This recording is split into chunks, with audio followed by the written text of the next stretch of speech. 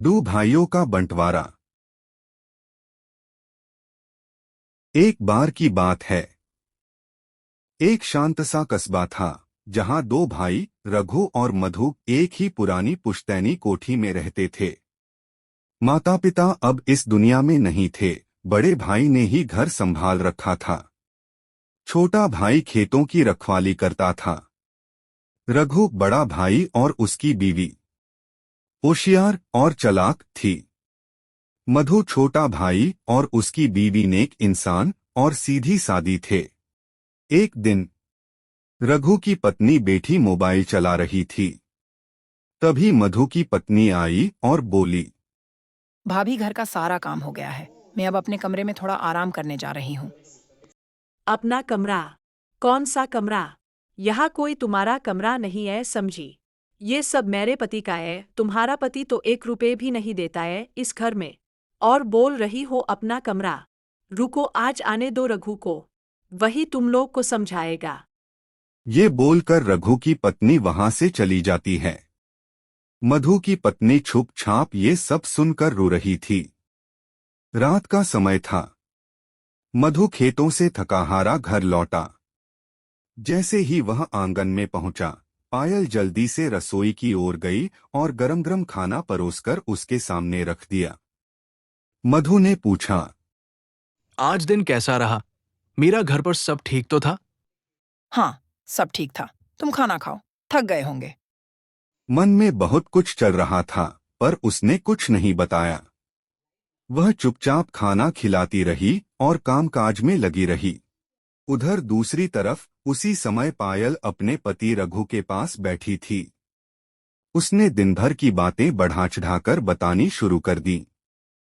देखो रघु जी, आज तुम्हारी छोटी भाभी ने बड़ी बदतमीजी की।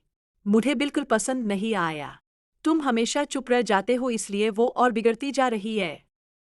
पायल ने ऐसे ऐसे शब्द कहे कि रघु का चेहरा गुस्से से लाल हो गया। वह भड़क उठा। बस, अब हद हो गई। कहाँ है वो? आज मैं उससे बात करता हूँ। गुस्से में तमतमाता हुआ रघु बरामदे में आया और ऊंची आवाज में चिल्लाया, मधु, बाहर आओ, अभी के अभी। ये तो भाई की आवाज है। ये बताओ कि तुम्हारी पत्नी मेरी पत्नी से इतना क्यों लड़ाई करती है? और यह कुछ काम भी नहीं करती है।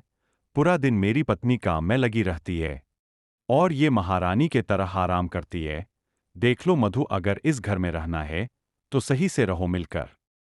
नहीं रघु, मैं अब यहाँ इसके साथ बिल्कुल नहीं रह सकती। अगर ये यहाँ रहेगी तो मैं जा रही हूँ अपने मैके। नहीं भाभी, आप कहीं नहीं जाइए। ये आपका ही घर है। ठीक है, तो फिर तुम लोग जाओ ये घर से, क्योंकि मैं नहीं रह सकती अब। ये फैसला तुम्हारे हाथ में है रघु। अगर मुझे रोकना है यहाँ तो इनको इस घर से निकालो, या फिर मैं जा रही हूँ अपने घर। जाओ, निकल जाओ तुम दोनों यहां से। अब तुमको यहां नहीं रख सकता। ये तुम्हारा नहीं, मेरा घर है। इस घर में तुम्हारा कुछ नहीं। भाई, इतनी रात में हम कहाँ जाएंगे? दरवाजा खोल दो भाई, हम सुबह चले जाएंगे। भगवान के लिए दरवाजा खोल दो। मैंने उन दोनों को घर से निकल दिया है। अब तुम आराम से रहो, यहां तुमको कोई परेशानी नहीं होगी।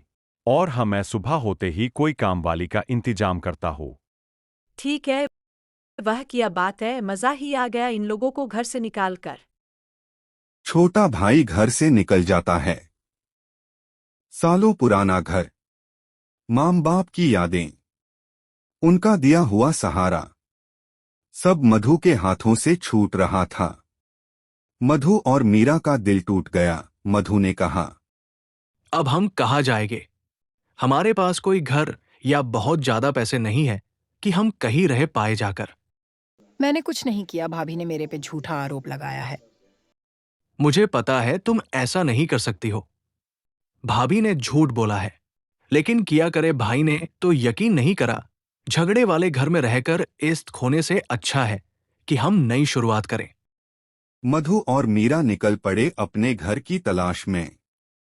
आंखों में आंसू, दिल में डर, पर उम्मीद अभी भी जिंदा थी। उन्हें कस्बे के बाहर एक पुरानी टूटी फूटी कोठरी मिल गई। न खिड़की पूरी, न दरवाजा ढंग का, न रोशनी, पर मधु ने दीवार सहलाते हुए कहा, यही हमारा घर होगा, यहीं से नई जिंदगी शुरू होगी।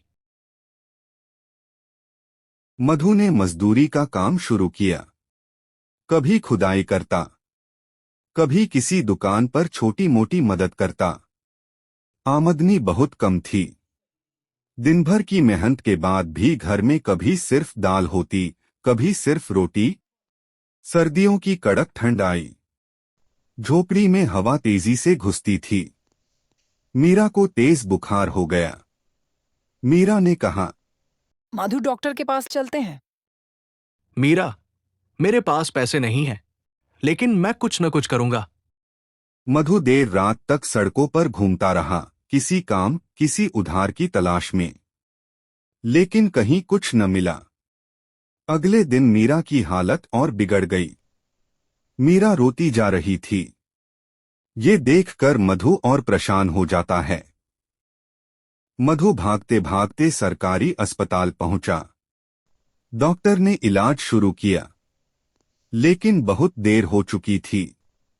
मधु भी अंदर से बिखर चुका था। उसके पास अब खोने को कुछ नहीं बचा था। लेकिन इसी दर्द ने उसे एक नई दिशा दी। उसने खुद से वादा किया, मैं इतना मजबूत बनूंगा कि फिर कभी जिंदगी मुझे हरा न सके। मधु ने एक बढ़ई के पास काम सीखना शुरू किया। धीरे धीरे उसने लकड़ी का काम इतनी लगन से सीखा कि लोग उसके हाथ की कला देखने लगे। फिर उसने छोटे से किराए की दुकान ली। लोग उसके काम की तारीफ करने लगे। मधु की मेहनत ने एक दिन उसे कस्बे का सबसे बड़ा फर्नीचर व्यापारी बना दिया। उसके पास अपनी दुकान, अपना घर, कई मजदूर और एक बड़ी पहचान थी। मधु ने भी खुद को संभाल लिया था। मधु ने मीरा की याद को दिल में संभालकर जीवन को आगे बढ़ाया। मधु के घर के बाहर रघु और पायल खड़े थे। चेहरे पर थकावट, शर्म और टूटन। मधु, मेरा बिजनेस डूब गया है, घर भी बिक गया, हमारे पास रहने की जगह नहीं बची। क्या हम तुम्हारे साथ रह सकते हैं? मधु कुछ देर चुप रहा। उसके दिमाग में पुरानी बातें आईं, घर से निकालना, ताने, झगड़े। फिर उसे अपनी पत्नी मीरा की कही एक बात याद आई। चलो अंदर आ जाओ, घर भाई से बड़ा नहीं होता। शुक्रिया तुम्हारा। अगर आज तुम दरवाजा न खोलते तो पता नहीं हम लोग कहाँ जाते।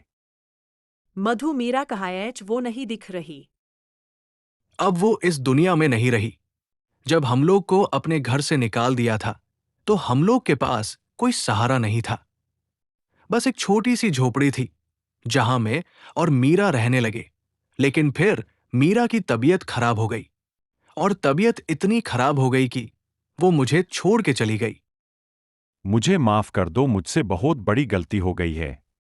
मुझे भी माफ कर दो, मैंने मीरा के ऊपर अयूठा आरोप लगाया था। मुझे पता है कि आपने झूठ बोला था, लेकिन आपको मीरा ने माफ कर दिया था, इसलिए मैंने भी आप लोगों को माफ कर दिया।